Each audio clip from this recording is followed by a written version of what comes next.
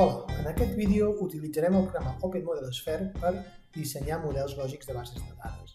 En un anterior vídeo vam veure que a partir de la definició d'un sistema, en aquest cas un sistema que era d'una empresa en la que hi havia uns productes, uns clients i uns proveïdors dels que volíem desar unes característiques i les taules, les entitats tenien unes relacions entre elles, doncs ho vam fer primer un disseny conceptual. Primer ho vam dibuixar en un paper, vam fer com si ho dibuixéssim en un paper, i després amb l'Open Model Sphere vam generar el model conceptual.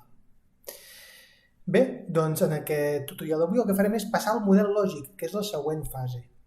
I partint del model conceptual, amb el mateix programa, amb l'Open Model Sphere, generarem un model lògic. Per què servirà el model lògic? Doncs per generar un script a partir del qual podrem implementar en un sistema de gestió de bases de dades, com ara el pgadmin, el disseny que hem generat i posteriorment ja carregar dades i tot plegat.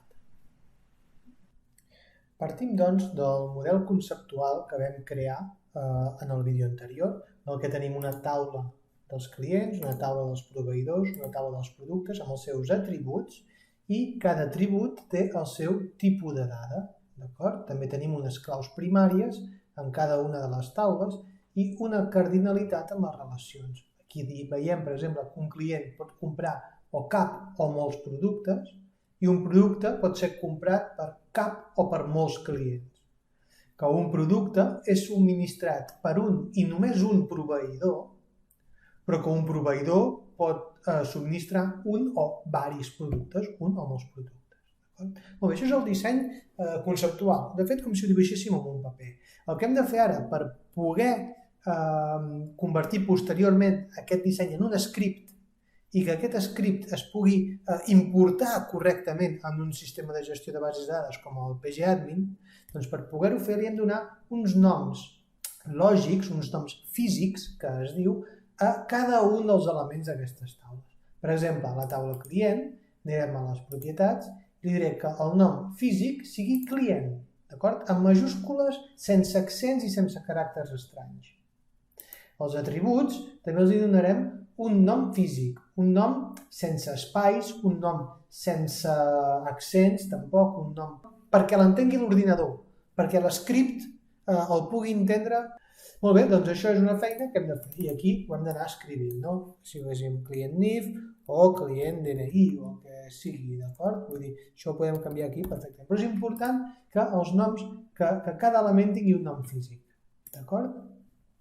I això hem d'estar alerta, d'acord? Tant a la taula de clients com a la taula de proveïdors, també a les propietats, doncs hem de fixar-nos que el nom físic li hem d'haver posat un nom físic, d'acord? Tant els noms de les taules com els noms dels atributs.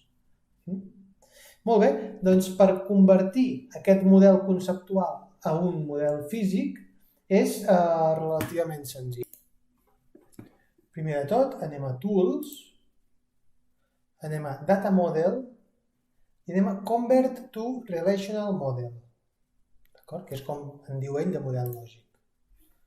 Ens apareixerà aquesta finestra i simplement li diem que seguim, que el converteixi amb el model de notació DataRun, cap problema, i només el model que hi ha ara mateix, el Current Model Only, i ens podem mirar els detalls del que ha fet, però en principi ens està dient que bàsicament en aquest informe ens diu que la relació subministra quedarà absorbida per l'entitat producte. Ara us explicaré en què consisteix això. I que la relació compra esdevindrà una taula d'intersecció. És a dir, generar una taula aquí intermèdia que es dirà compra i que relacionarà els molts clients amb els molts productes que poden comprar aquests clients. Bé, doncs un cop fet aquest pas, el que ens veiem és que ens apareix aquí un Data Model Converted. Si ho despleguem i anem al diagram i li apretem botó dret i li diem Show Diagram, veiem que ens apareix amb una altra mena de notació, amb una forma diferent, ens apareixen les mateixes taules, però ara ja ens apareixen aquí els noms físics. Si no us sortissin els noms físics aquí i encara us apareixen els noms descriptius, simplement hauríem d'anar a Format, Project Styles, a la pestanya Data, a la pestanya Data després a Data Normal, aquí, i a Descriptors Display, hauríem de mirar que aquí en el descriptor hi posi Physical Name. Val? Pot ser que molts de vosaltres us hi surti el name, llavors us sortiria doncs, el nom que havíem posat. Però a nosaltres ens interessa que aparegui el nom del descriptor, d'acord? És a dir, el nom físic. Aleshores, és important que fem aquests passos, d'acord? Data, data normal, description i el descriptor physical name. D'acord? Molt bé. Després, les relacions que ara mateix apareixen en la notació 0n i 0n, bé, aquesta notació és una notació que no és l'habitual. La notació habitual, la notació que farem servir nosaltres en aquest curs, és la Information Engineering. Per veure aquesta notació, aquesta simbolització, apretem botó dret a sobre d'aquí, de qualsevol lloc del llenç, d'acord? Anem a Notation, i aquí a Notation li diem que volem la notació Information Engineering, d'acord? I ara la relació ho fa amb uns símbols, d'acord? Si us hi fixeu, aquest símbol vol dir d'1 a molts, vol dir com d'1 a molts, d'acord? Això vol dir aquests com 3 dits, vol dir a molts, i de la mateixa vol dir d'1 a molts, i la rodoneta aquest vol dir com opcional, és com el de 0 a molts, la relació de 0 a molts i de 0 a molts, de 0n, i això seria una relació de 1 a n. D'acord? I aquí ja veiem també que s'ha generat com una taula intermèdia. Molt bé, doncs si seguim, ara el que farem és generar les claus foranes. Què vol dir les claus foranes? Nosaltres vam dir en un vídeo anterior que cada taula té una clau primària, una clau principal, una principal key, una primary key que se'n diu. Aquesta primary key identifica cada un dels registres, cada un dels elements que hi haurà a aquesta taula de manera unívoca. Per exemple, un client es pot identificar molt millor pel seu NIF que pel seu nom, perquè el NIF és un NIF unívoc per cada client. En canvi, un nom hi pot haver moltes persones que es diguin Joan, Josep, José o Luis. Llavors, el número, el codi de client és un bon camp, un bon atribut perquè sigui la clau primària. De la mateixa manera, el codi de producte o el NIF d'un proveïdor. Ja ho vam definir en l'exercici anterior amb aquesta icona.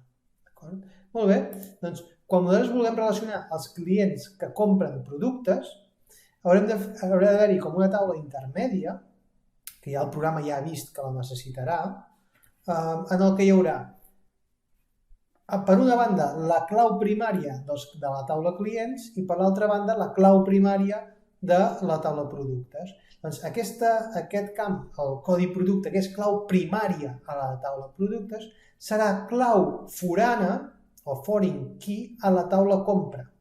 I l'atribut client NIF, que aquí és clau primària, serà clau forana a la taula compra. I així es podran relacionar cada NIF de client amb cada codi de producte que ha comprat. Llavors hi haurà aquí una llista de clients i productes que hagin comprat. Per fer això, hem de dir a l'Open Model Sphere que generi les claus foranes. Per fer-ho, anirem a Tools, anirem a Data Model i anirem a Generate Foreign Keys. Un cop aquí, marquem que volem que ens afegeixi els descriptors, els tipus, la longitud i els decimals i els physical names. Volem que aquests 3 checks estiguin activats. Li diem Generate Foreign Keys, ens fa com un petit report i ens diu que afegeix a la taula compra client, aquí a la taula compra, que afegeix la foreign key que prové de client NIF i la foreign key que prové de productes. I que les ha afegit aquí. I generarà amb aquest fet un camp nou, una clau primària nova en aquesta pròpia taula, la taula compra, que serà la unió del client NIF i el codi producte. I aquesta unió d'una primary key amb una altra primary key, o una foreign key i l'altra foreign key en aquest cas, doncs serien la conjunció d'aquests dos camps és el que identifica cada element d'aquesta taula, cada compra. Cada compra està definida per un NIF i un codi de producte. D'acord? Molt bé, doncs D'acord? Molt bé, doncs fins aquí ja tindríem pràcticament un model lògic generat. L'únic que hauríem de fer és, en aquest cas, donar-li un nom físic a aquesta columna, a aquest camp concret, d'acord? El camp client NIF product. Per fer-ho, diríem aquí a les propietats d'aquest camp i li direm que el physical name sigui, doncs, per exemple,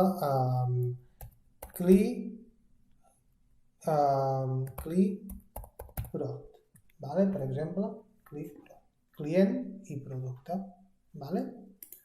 Doncs ja tenim el nom físic d'aquest camp nou que s'ha generat, fusionant el nom del NIF del client i el codi del producte. D'acord? Molt bé, doncs un cop arribat en aquest punt ja podem passar al següent pas, que serà la conversió d'aquest model lògic a un script. Abans, però, us vull ensenyar com canviar el color de les taules, perquè això us pot ser útil en alguns moments. És molt senzill. Simplement, si per exemple volem canviar el fons de color de la taula compra, apretem botó dret i anem a Format. I aquí li podem canviar el background. Per exemple, li canviaré un background de color blau i una de les lletres de color blanc perquè ressaltin més. I de la mateixa manera, la taula clients, li podem donar format, que és un color vermell, de background, de fons. La taula producte li podem donar un color similar.